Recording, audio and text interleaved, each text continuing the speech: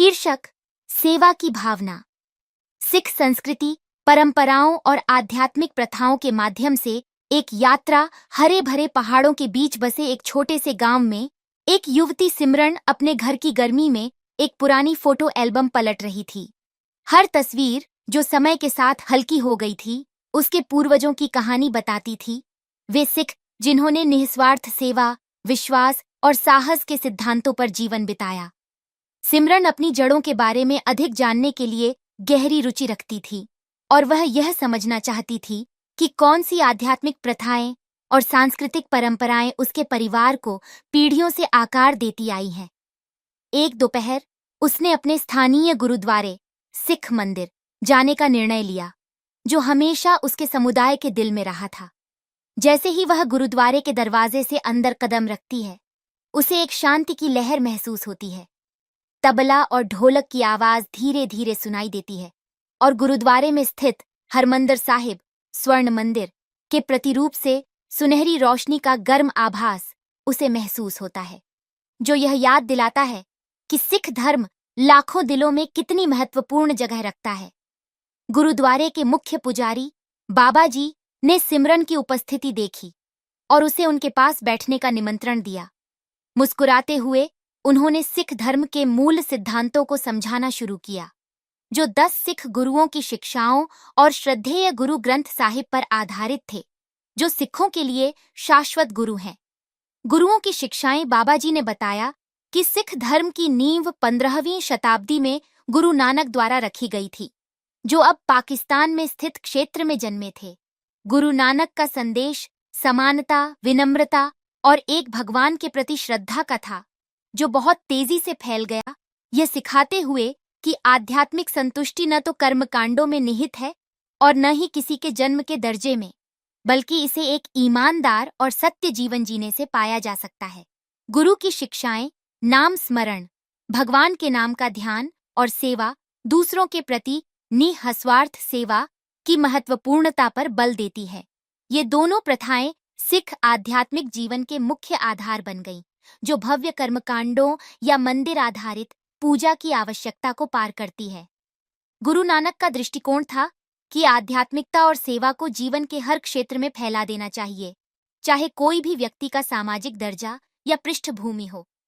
सिमरन ने सीखा कि 10 गुरु, गुरु नानक से लेकर गुरु गोविंद सिंह तक, इस संदेश पर आधारित थे, जो प्रेम, समानता और न्याय को बढ़ावा देते थे।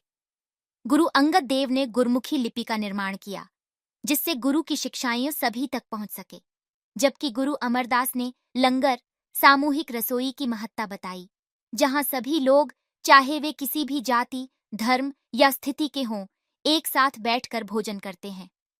सिमरन ध्यान से सुन रही थीं जब बाबा जी ने गुरु ग्रंथ साहिब के महत्व के बारे में बताया। गुरु ग्रंथ साहिब, उन्होंने समझाया, केवल एक किताब नहीं है, यह एक जीवित गुरु है, सभी गुरुओं की आवाज है और सिखों के लिए एक शाश्वत मार्गदर्शक है।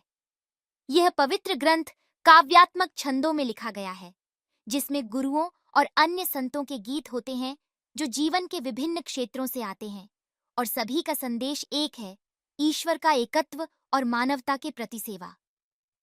सांस्कृतिक परंपराएं और मूल्य। सिमरन हमेशा से अपनी समुदाय की एकता को पसंद करती थी, न केवल पूजा के लिए, बल्कि एक बड़े उद्देश्यों की मदद करने के लिए भी।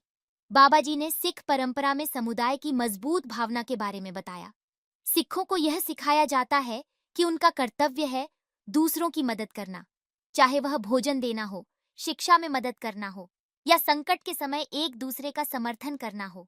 लंगर, जो सभी को मुफ्त भोजन प्रदान करता है, समानता और मेहमान नवाजी का एक स्थायी प्रतीक है।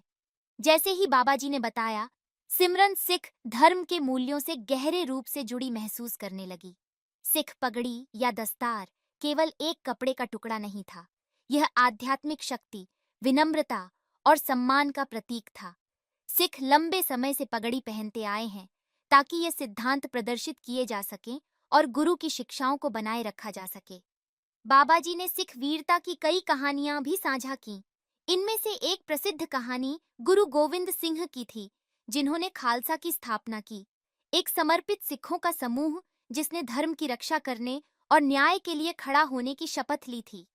गुरु गोविंद सिंह द्वारा 5 का केश, बिना कटे बाल, कड़ा, लौह कड़ा, कंघा, लकड़ी की कंघी, कचेरा, कॉटन की अंतर्वस्त्र और कृपान, धार्मिक तलवार की रचना ने सिख धर्म के आध्यात्मिक, नैतिक और शारीरिक आदर्शों का प्रतिनिधित्व किया। खालसा के निस्वार्थ रक्षा और उत्पीड़न के सामने उनके साहस ने सिख इतिहास के एक महत्वपूर्ण अध्याय का निर्माण किया। सिख जीवन जीना, जैसे जैसे सिमरन इन शिक्षाओं को आत्मसात करती गई, उसे महसूस हुआ कि ये उसके अपने जीवन के लिए कितनी महत्वपूर्ण है। सेवा की अवधारणा ने उसे अपनी स्थानीय फूड बैंक में स्वयं सेवा करने के लिए प्रेरित किया, ताकि वह भूखों को भोजन दे सके। उसने सिमरन, भगवान के नाम का ध्यान करना शुरू किया, ताकि वह अपने मन को केंद्रित कर सके और जीवन के उथल पुथल में शांति पा सके। संगत, आध्यात्मिक समुदाय का महत्व उसे गहरे तौर पर समझ में आया और उसने यह सुनिश्चित किया कि वह अपने परिवार और अन्य सिखों के साथ अधिक समय बिताए, यह जानते हुए कि वे सभी सेवा, समानता और आध्यात्मिक विकास के समान विश्वासों में जुड़े हुए हैं।